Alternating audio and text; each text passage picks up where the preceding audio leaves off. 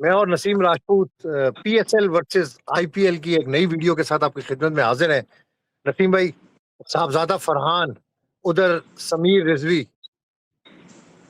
Comparison. यार Sameer Rizvi too early, 22 साल का है। 22 साल का है और अभी कुछ भी कहना टू अर्ली है, लेकिन टैलेंट बड़ा जबरदस्त प्रोड्यूस कर रहा है इंडिया। इसमें कोई शुबा नहीं है, जो टैलेंट उनके पास से आ रहा है। आज जो उसने अनबीटन 70 किया है, वो दिल्ली कैपिटल के लिए मैच निकाल के ले गया। और इनका कंपैरिजन इसलिए नहीं बनता कि साहबजादा फरहान 2025 के बाद से दुनिया में सबसे ज्यादा रन्स करने वाला प्लेयर है। उसका एवरेज सबसे ज्यादा है, उसकी सेंचुरियां सबसे ज्यादा है। 6 सेंचुरियां साहबजादा फरहान ने स्कोर की 2025 से लेके अब तक। और दूसरे नंबर पर जो प्लेयर है, उनकी 3 सेंचुरियां हैं। तो 3 सेंचुरियों का फर्क, बहुत बड़ा फर्क है, वो फॉर्म बताती है। आज 7वीं सेंचुरी स्कोर कर दी उसने। बस नजर तो ना लग जाए नसीम भाई, थोड़ा नजर कम ना लगे, मीठा, थोड़ा सा तो कम हमने रखना है, क्योंकि हमारे प्लेयर्स को नजर लग जाती है। हमारे प्लेयर्स को हम इतना उठा देते हैं कि वो एकदम ही गिर जाते हैं। तो इसलिए अच्छा टैलेंटेड प्लेयर है, बहुत अच्छा। उसने वर्ल्ड कप में भी जिस तरीके से सिंगल हैंड परफॉर्म किया है पूरी टीम में, आउटस्टैंडिंग। और उसकी जो फॉर्म और जो रिदम है, वो कॉन्टिन्यूटी है। नहीं, इसमें कोई शुबा नहीं है, वो कमाल खेला है और कमाल खेल रहा है। उसको उसके जो शॉट सिलेक्शन है वो बहुत अच्छी है। वो वेट करता है अपनी बॉल का और अपनी बारी को अपनी विकेट से प्यार करते हुए अच्छे स्ट्राइक रेट से खेलता है। यार वो देखे ना आप, आपका रिजवान 128 127 स्ट्राइक रेट, कप्तान का स्ट्राइक रेट उठाओगे तो 114-15 कैरियर का दिखाई देता है। वो 150 से खेला है यार। 2025 से जो अब तक खेला है 150 के स्ट्राइक रेट से खेला है। उसने अपने आप को फर्क साबित किया। अल्लाह नजर से बचाए, आप सही कह रहे।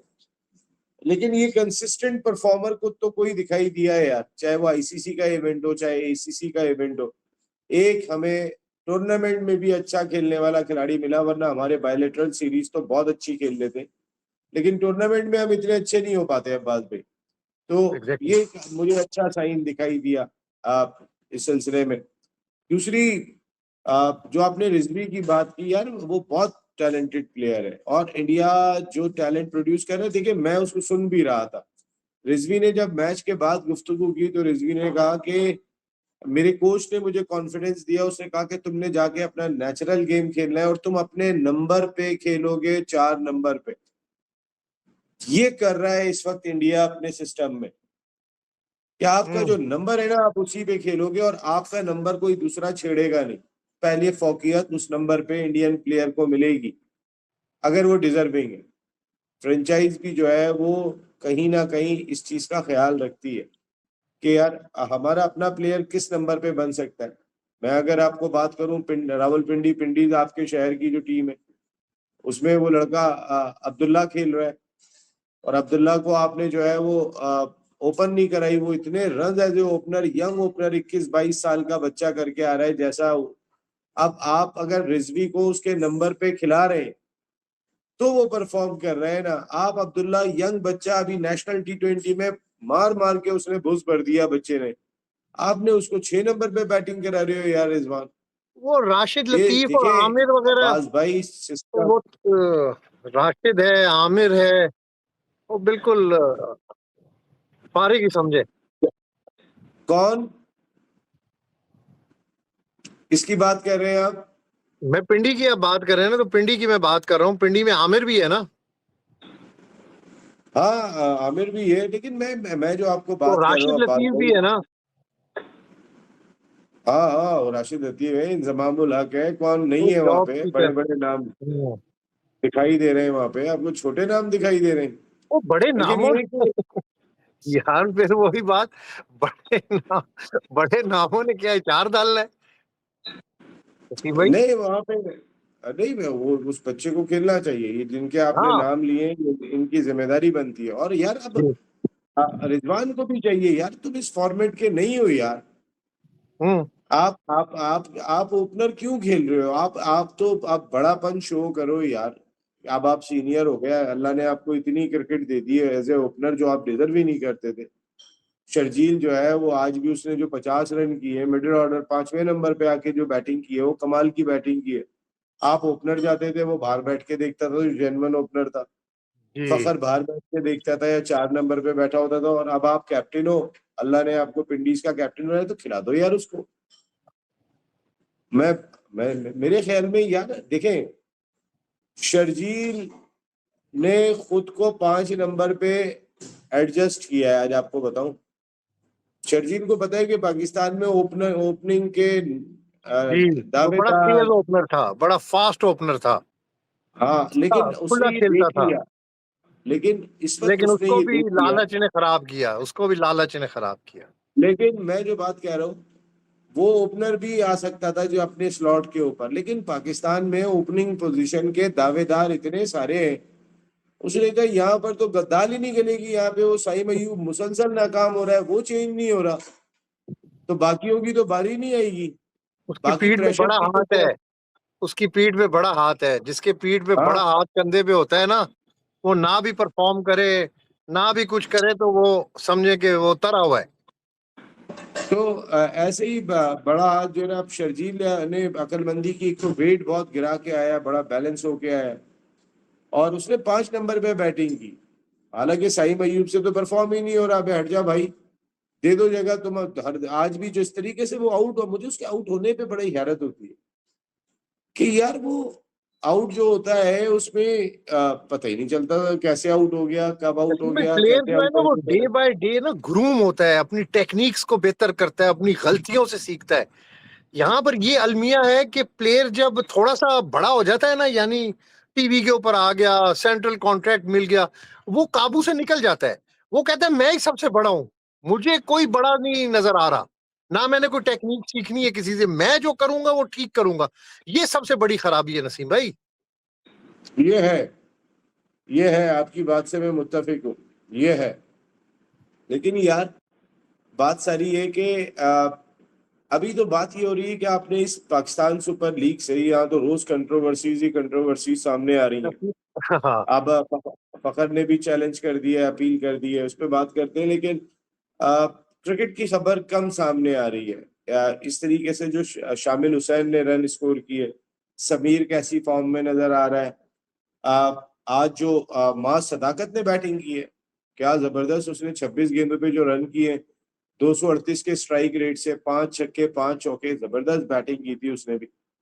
और फिर आ, मुझे पाकिस्तान के यंगस्टर बुरे नहीं लग रहे, ये रिप्लेस करने चाहिए इन्हीं को। आगे अगले 2 साल आप इन पे टीम बना के चले, आप ढूंढे।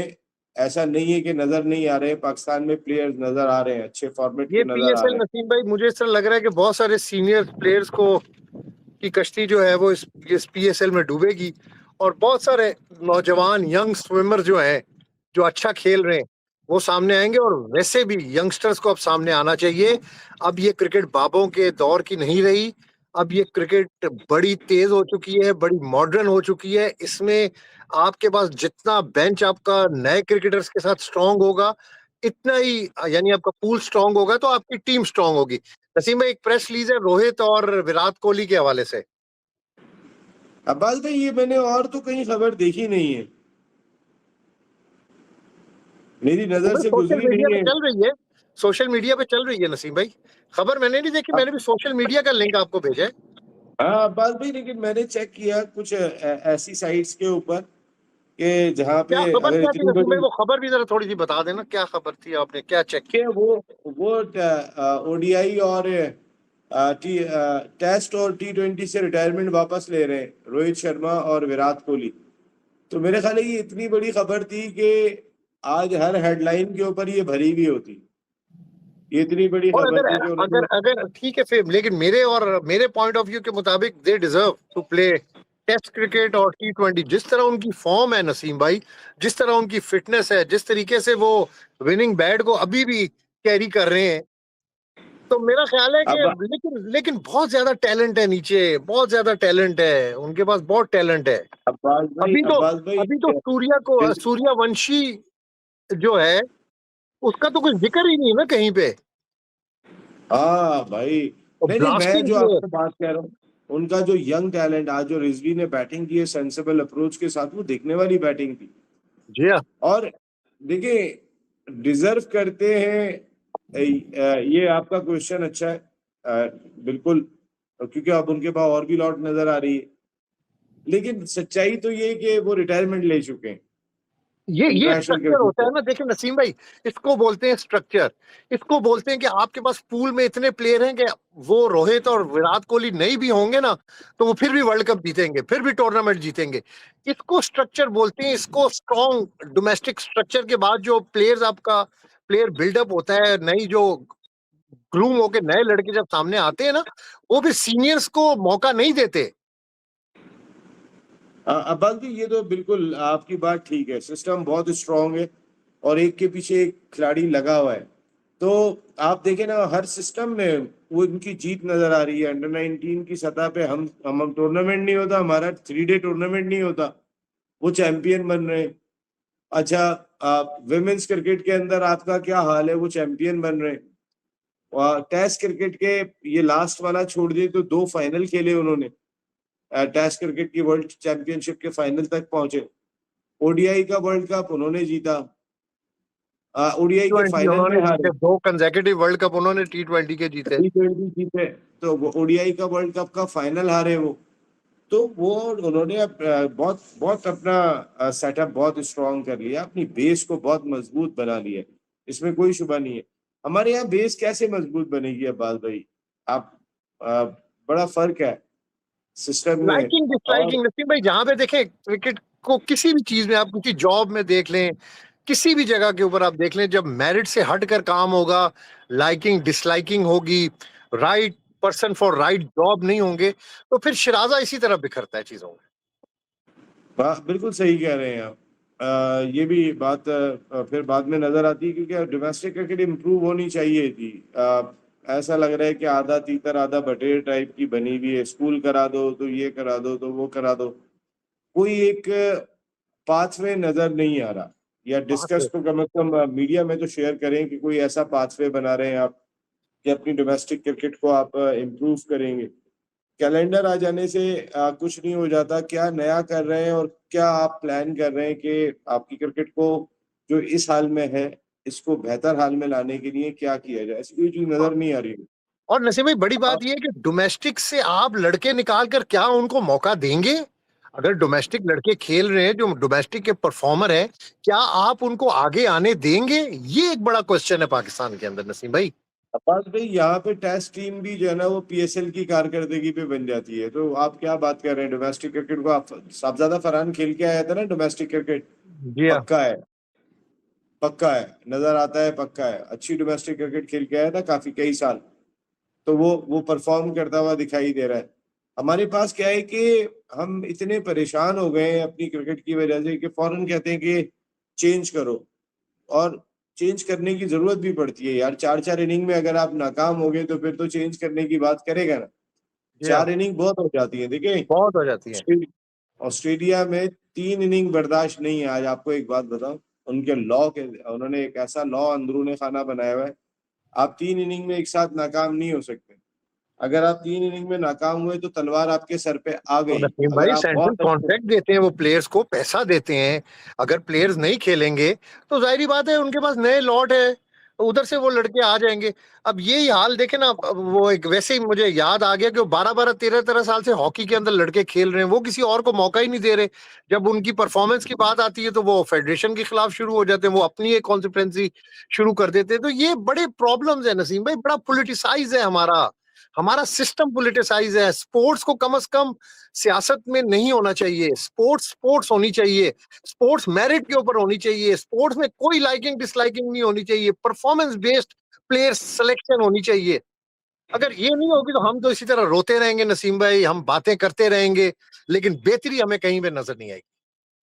पाकिस्तान हॉकी को और गेम्स को ना, एक और नूर खान साहब की जरूरत है। एग्जैक्टली।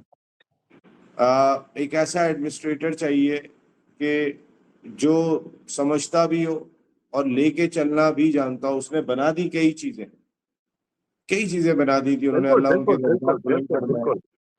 और अब्बास भाई ऐसा एडमिनिस्ट्रेटर, बहुत एडमिनिस्ट्रेटर गुजरे हैं, लेकिन क्या सब से सुना, नूर खान साहब एक डिफरेंट नाम थे। एग्जैक्टली। तो हॉकी को दोबारा ऊपर लाने के लिए एक ऐसा एडमिनिस्ट्रेटर चाहिए। और दूसरी इंपॉर्टेंट चीज, हॉकी के प्लेयर्स में भी पूरी ईमानदारी चाहिए, फॉर्मर ओलंपियंस में, कि जिसको जिम्मेदारी मिल गई तो बाकी टांग ना खींचो। अब जाहिर सी बात है कि हमारे यहाँ सिस्टम के तहत ही काम होता है, लेकिन एक इलेक्शन कराने चाहिए। अब सिलेक्शन वाला टाइम नहीं है। आप अगर आपने अपने गेम्स को इम्प्रूव करना है तो इसको अवामी सतह पे लेके जाना पड़ेगा। कितनी एसोसिएशन आपको स्क्वॉश की और हॉकी के मुताबिक दिखाई देती है? कुछ भी दिखाई नहीं देती। सर जिस चीज अगर के आप अंदर हमने रूल किया ना नसीम भाई, स्क्वॉश पे हमने रूल किया फारिग, हॉकी के हमने ऊपर रूल किया हम फारिग, क्रिकेट के ऊपर हमने रूल किया हम फारिग। हर चीज में नसीम भाई हम इस वक्त जो है वो बिल्कुल बॉटम लाइन के ऊपर है। ये बड़ा एक अलमिया है और ये बड़ा, मैं कहता हूँ, लम्हा फिक्रिया है। बड़ा सोचने की जरूरत है कि इसको हम बेहतरी की तरफ किस तरह लेकर जा सकते हैं। अब क्रिकेट वगैरह में तो इतना पैसा आ चुका है ना कि अब ये किसी के काबू के अंदर ही नहीं है। ये लीग क्रिकेट, इधर से आप इनको ड्रॉप करें, ये लीग क्रिकेट के अंदर खेल जाएंगे और इनका कोई इशू नहीं है।